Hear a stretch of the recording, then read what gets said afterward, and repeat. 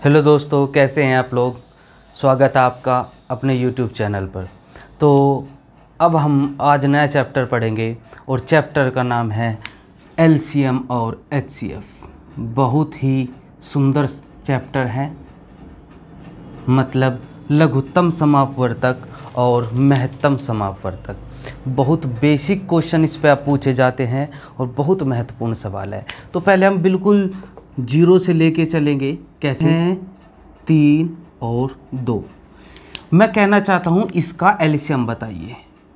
LCM मतलब लघुत्तम समापवर्तक। इन तीनों को मिला के एक ऐसी संख्या जो 6 से भी कटे, 3 से भी कटे, 2 से भी कटे, इस संख्या को इन तीनों का एलसीएम मतलब लघुत्तम समापवर्तक कहेंगे। अर्थात वह छोटी से छोटी संख्या जो 6, 3 और 2 से विभाजित हो जाए उसे कहते हैं एलसीएम। तो सबसे पहले तो हम बेसिक तरीके से करेंगे। ऐसे लिया जाता है एलसीएम। तो 2 तिया 6, 3 2 ये कम 2, जिससे कटता है उससे काट देते हैं। अर्थात तब तक काटते हैं जब तक 1 1 1 ना जाए। फिर इनकी मल्टीप्लिकेशन करते हैं, 2 तिया 6। अर्थात 6 3 2 का एलसीएम ऐसे करके 6 एलसीएम आ जाता है। देखिए, ये तो हम शुरुआत में अपना जो 8वीं 9वीं सवाल कक्षा में हम पढ़ चुके हैं इनको, लेकिन हम थोड़ा सा इसको एडवांस पढ़ेंगे। एडवांस कैसे पढ़ेंगे? अगर मुझे इसी का एलसीएम चाहिए तो डायरेक्ट कैसे करेंगे? इनमें सबसे आप सबसे बड़ी संख्या देखेंगे। सबसे बड़ी संख्या क्या है? 6। पहले देखो क्या ये 6 3 2 से विभाजित है? अगर 6 से तो कट रही है, 3 से भी कट रही है, 2 से भी कट रही है, तो 6 इसका एलसीएम है। अगर ये ना कटती तो फिर इसका टेबल पढ़ना स्टार्ट करते। कैसे? मैं बात कर रहा हूँ जैसे 4 3 और 2, इसका आपको एलसीएम चाहिए। कैसे करेंगे एलसीएम? यानी कि सबसे पहले मैंने देखा, एक तो उससे कर सकते हैं आप, लेकिन हम उससे बार बार नहीं करेंगे। सबसे पहले सबसे बड़ी संख्या देखें। सबसे बड़ी संख्या है 4।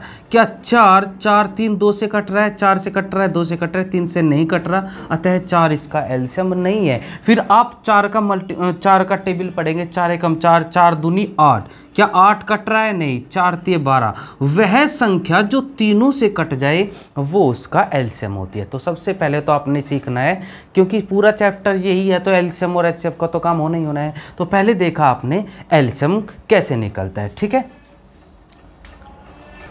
अब बात करते हैं एचसीएफ। एचसीएफ क्या होता है? एचसीएफ होता है महत्तम समापवर्तक, हाईएस्ट कॉमन फैक्टर। मतलब दी गई संख्याओं में कॉमन चीज, जैसे 6 8 और 12, इनका मुझे चाहिए में से। तो में से चाहिए मतलब तीनों में क्या कॉमन है, तो सारी तरीके से बताएंगे। 6 को क्या लिखेंगे? 2 गुना 3। 8 को क्या लिखेंगे? 2 दूनी 4 दूनी 8, ठीक है। और 12 को क्या लिखेंगे? 2 दूनी 4 तिया 12। तो इन तीनों में जो कॉमन होता है उसे एचसीएफ कहते हैं। देखो, एक सिंगल 2 कॉमन है, तो बस इनका एचसीएफ कितना आ गया? 2 आ गया। ऐसा नहीं, देखो इसमें 4 है, इसमें 4 है, लेकिन इसमें केवल 2 है, तो एचसीएफ वही होता है जो तीनों में कॉमन होता है। अर्थात इसको दूसरी भाषा में क्या लिखेंगे? वह संख्या जो तीनों को काट दे। पिछले वाली संख्या क्या थी? एलसीएम क्या था? अगर मैं 6 8 12 का एलसीएम लूं तो 12 का टेबल पढ़ेंगे। 12 से तो ये कट जाएगा, इससे नहीं काटेगा, तो 12 दूनी 24, अर्थात 24 एलसीएम हो जाएगा। तो ये संख्या इससे भी कट रही है, इससे भी कट रही है और इससे भी कट रही है। एलसीएम में तो ये संख्या कटेगी और एचसीएफ में इस संख्या ये सबको काटेगी। उल्टा खेल है, तो बहुत ध्यान से समझना है, ठीक है। तो एलसीएम ऐसे लिया जाता है। एलसीएम मैंने पिछला बता दिया, और एचसीएफ ऐसे लेना है। एचसीएफ लेने का लेटेस्ट तरीका जो हमें, उसी से हम करेंगे। सपोज कीजिए मैं आपसे पूछना चाहता हूँ 12 और ये मान लीजिए 102। 12 और 102 का में से बताना है। में से का मतलब एचसीएफ। ये लेस है और ये में से। 12 को डिवाइड कीजिए, छोटी संख्या से बड़ी संख्या को डिवाइड कीजिए। 12 6 72, 12 7 84, 12 8 96, 12 8 96। 12 में से 6 गए 6, 9 में और इसको इससे भाग करना है। अब 6 से भाग करना है। जब ये कंप्लीट आ जाए ना शेष, तो जो ऊपर दी गई संख्या है तो किससे भाग करना है? 12 से। 6 दूनी 12। तो इसका यानी कि में से कितना आ गया? इसका 6। ठीक है, इसका में से 6 आ गया। आप इसको ऐसे कर सकते हैं। ठीक है, अब बात करते हैं आगे। तो अब ले से और में से का बेसिक चीज़ें समझ आ गई कि ले से किसे कहते हैं, में से किसे कहते हैं। अब इसके चैप्टर पे आते हैं। तो एक ही फॉर्मूला याद रखेंगे कि ले से गुना में से बराबर पहली संख्या गुना दूसरी संख्या।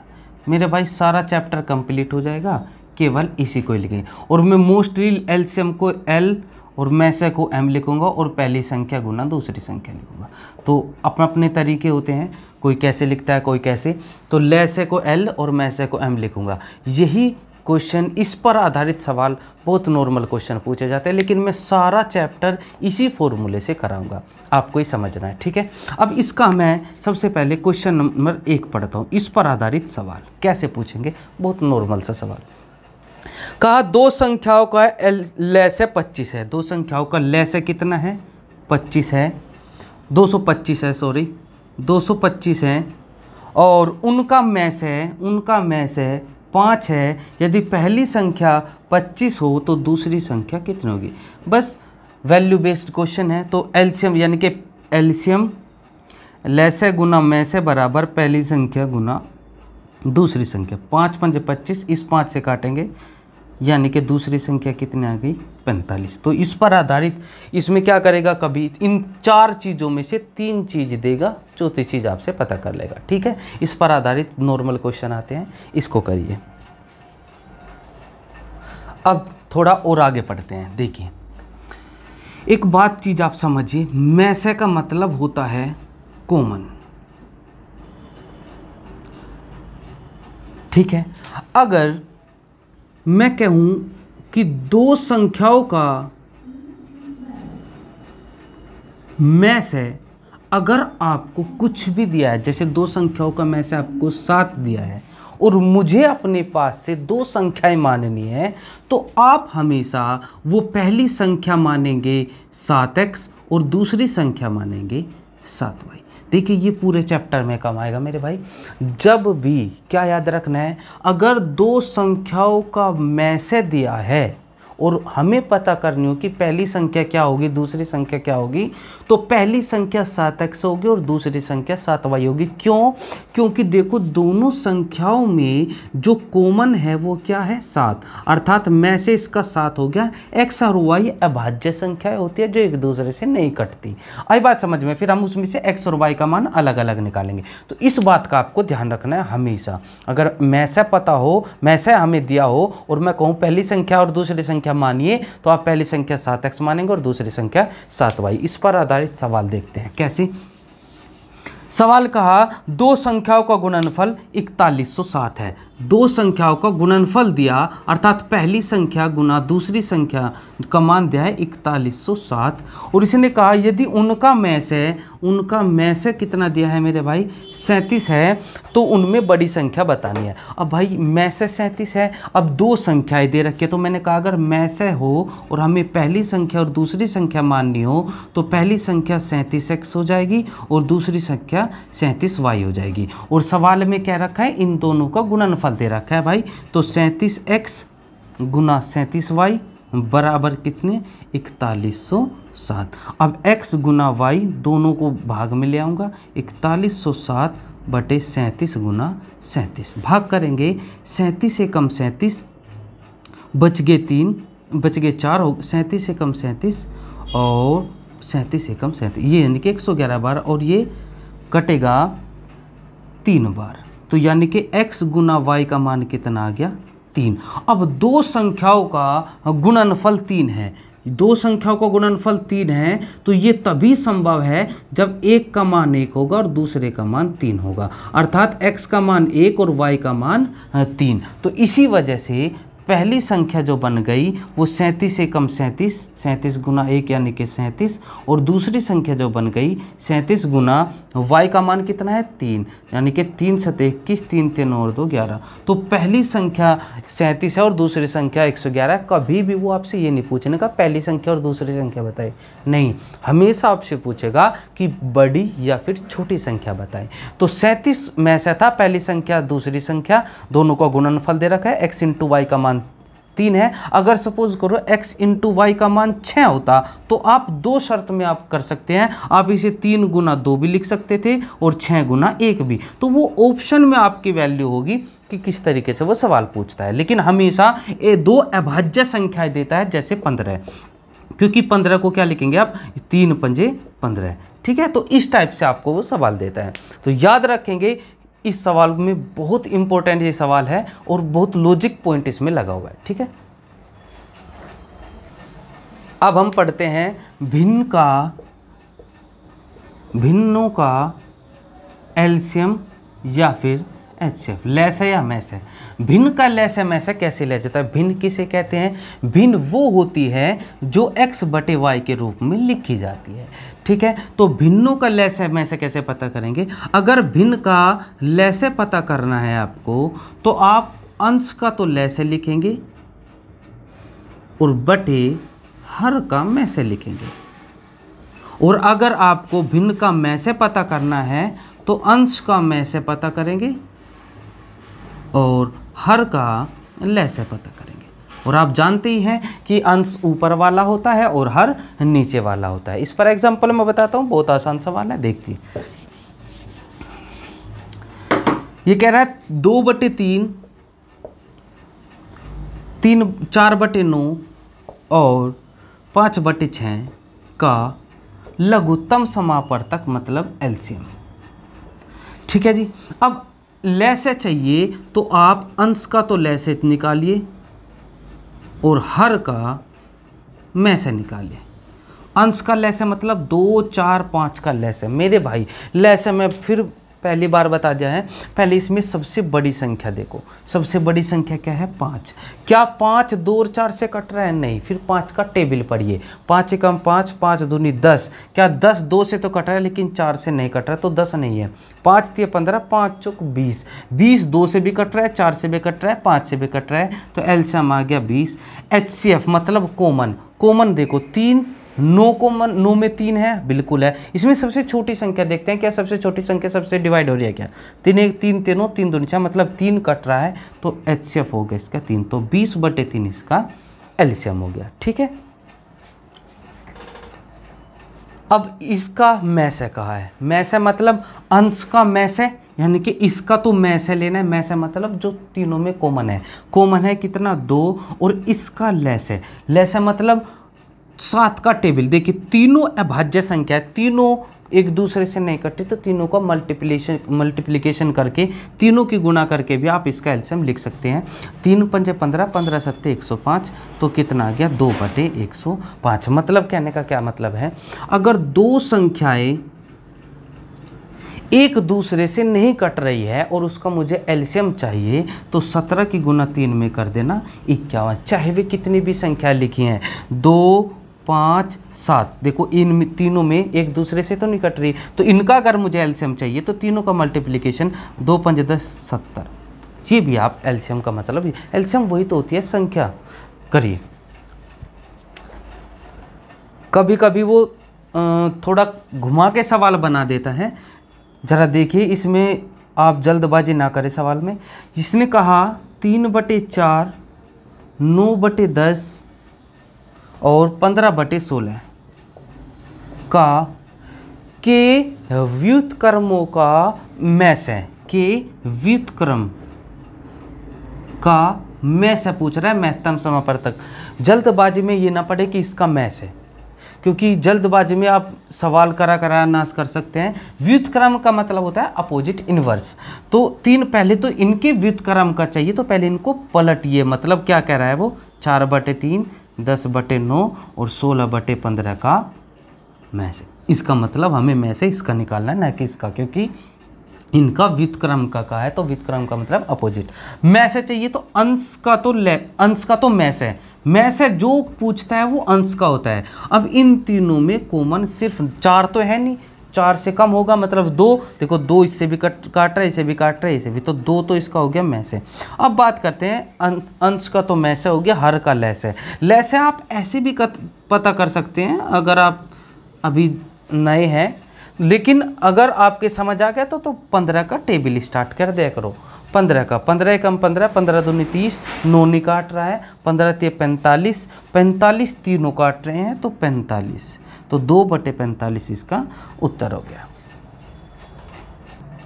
अब नेक्स्ट क्वेश्चन, इसने कहा 2 संख्याओं का में से और लेस है इतना इतना है। लेस है कितना दिया है 44 और में से कितना दिया है 264।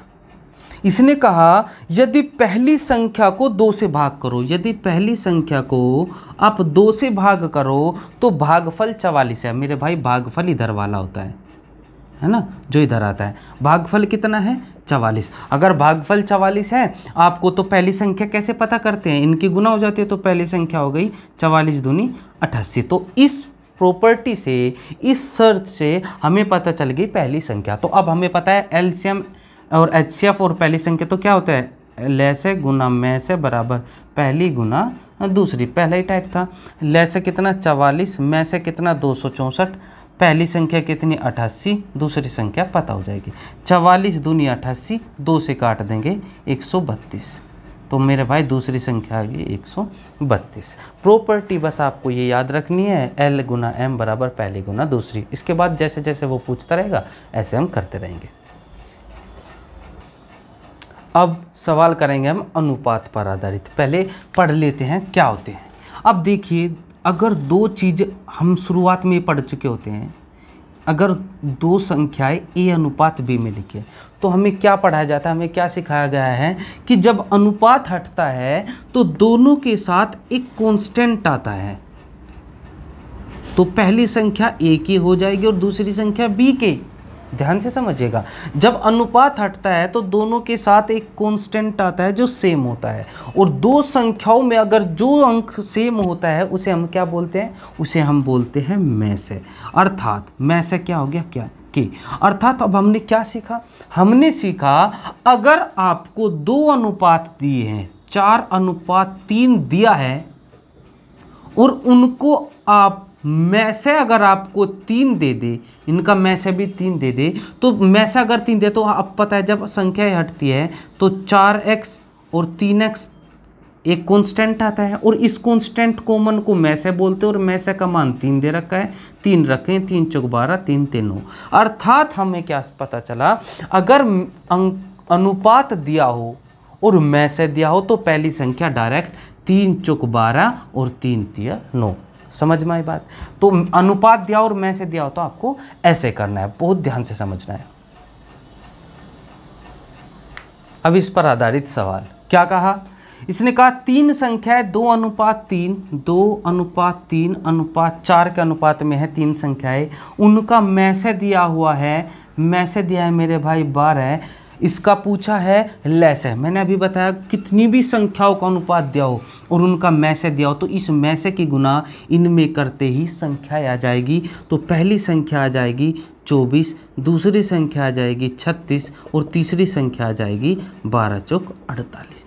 इनमें वो कुछ भी पूछ सकता है कि तीनों का योग, 3 पहली दूसरी का योग, बड़ी संख्या छोटी संख्या, कुछ भी। अब अगर उसने पूछा, अब पूछ रहा है वो इनका एलसीएम बताइए, लेस है, तो लेस है बता सकते हैं आप। लेस है या तो आप सीधा सीधा ऐसे कर सकते हैं इसका, या फिर आप क्या करें, लेसे के लिए आप यहाँ आए, सिर्फ 2 3 4 का लेसे लीजिए। सबसे बड़ी संख्या 4, 4 दूनी 8, 4 3 12, तो 12 एलसीएम आ गया इनका। लेकिन 12 के साथ में से भी तो होता है, तो 12 गुना 12 यानी कि 144।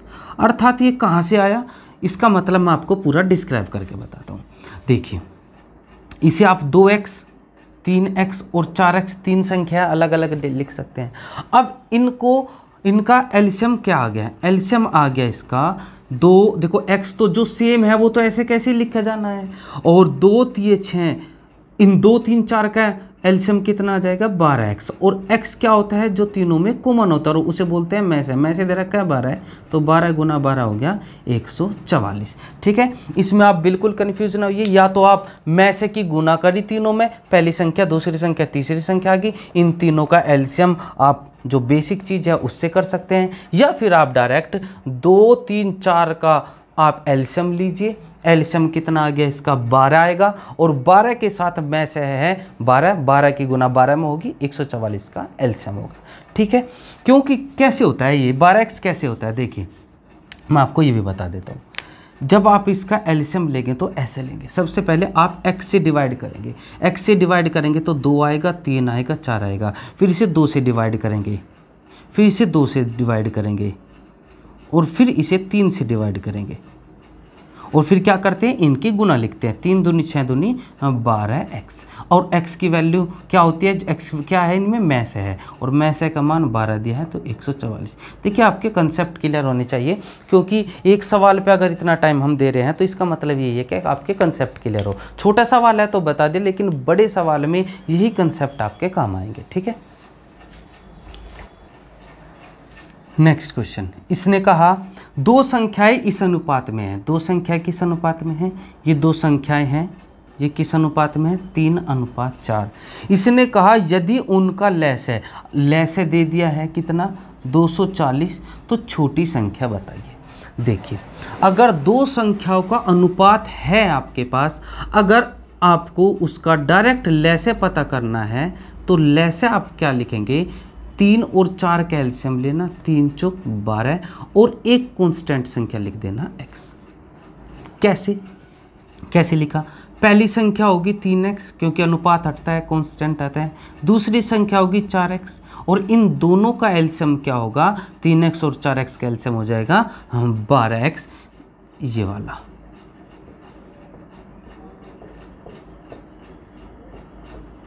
अब इसके बाद आप ये चीज़ें मत समझिए, क्योंकि इसमें समझ गया, बार बार नहीं करा होगा ये, तो डायरेक्ट लिखूंगा मैं उसको, तो ये आ गया 12x। ठीक है, तो 12x आ गया इसका एलसीएम, और दे रखा है कितना मान इसका 240, x बराबर 20। कौन सी मान पूछा है, छोटी संख्या पूछी है मेरे दोस्त, छोटी संख्या क्या होगा इसमें 3x, 20 दिया 60। नेक्स्ट क्वेश्चन, इन सवालों को आप लिख के याद रखना है कि किस टाइप के सवाल को कैसे करना है। इसने कहा 2 संख्याएं 3:4 के अनुपात में हैं, 2 संख्याएं किस अनुपात में हैं 3:4 के अनुपात में हैं। यदि उनका मैसे और लैसे का गुणनफल, मैसे और लैसे का गुणनफल कितना दिया है 2028 दिया है, तो उसने कहा है संख्याओं का योगफल बताइए कि संख्या क्या है। तो मेरे भाई आप कई तरीकों से कर सकते हैं। पहला तरीका, पहली संख्या और दूसरी संख्या मान लिया, पहली संख्या हो जाएगी इसकी 3x और दूसरी संख्या हो जाएगी इसकी 4x, क्योंकि अनुपात हटता है तो कांस्टेंट आता है, आपको सबको पता है। और अभी मैंने बताया अगर इसका मुझे में से पता करना हो तो में से का मतलब जो कॉमन है कितना, में से है इसका x।